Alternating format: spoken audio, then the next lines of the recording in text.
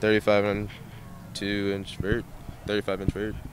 Kyle, you had 188. Did you almost throw that out of the pit going 43? yeah, it almost went to the edge of the tape. But wow. Yeah, 4.740. I was kind of disappointed with that. I wanted to break into 4.6, but I actually got some turf to my first run.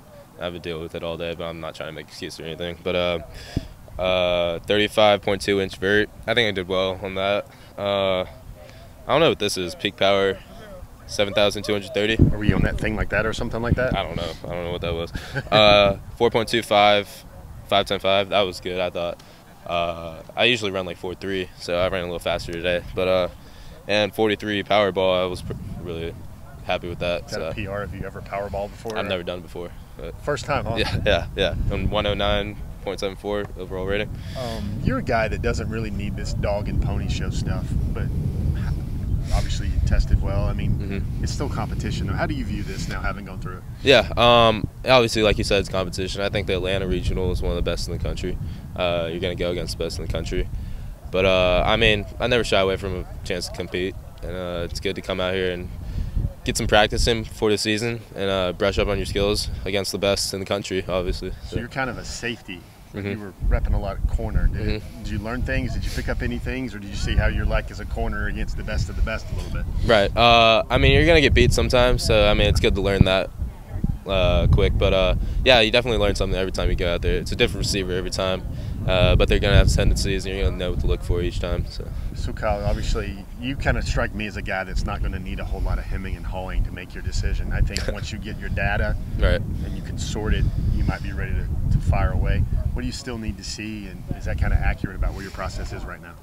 Yeah, I mean, I don't see any point in just sitting around when you know where you're going to go. But I'm going to visit a couple more schools and try to get a for sure idea of where I want to go.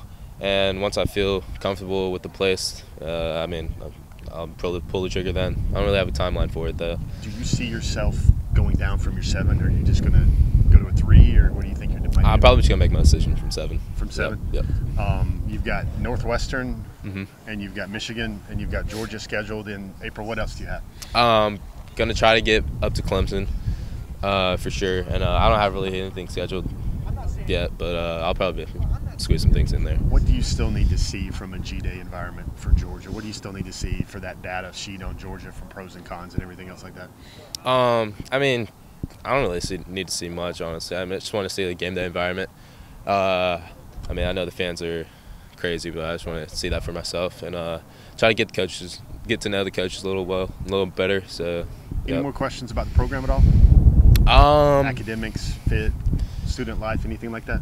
They pretty much covered all that. Coach Kirby and I sat down, my mom and my dad, for about an hour and a half, and went over everything. So, I mean, he covered everything.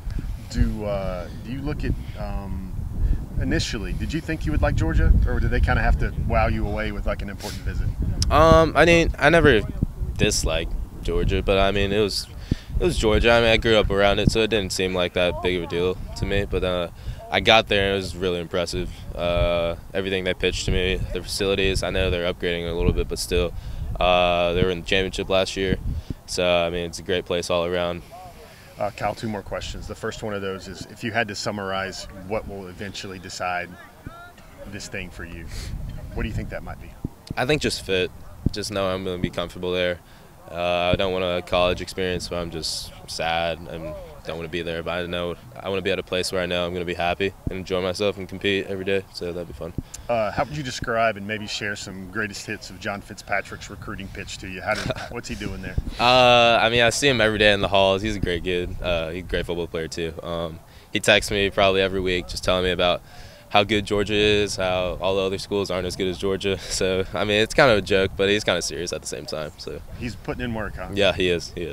Cal Hamilton, you have a 30 on your ACT. How does a football player manage to do that? Did you do study prep? You got a diligent mom? Do you have? Did you read a lot of library books when you were a kid? What's the secret there? I mean, you have easily 4 hours in your week where you can just sit down and study ACT. That's nothing.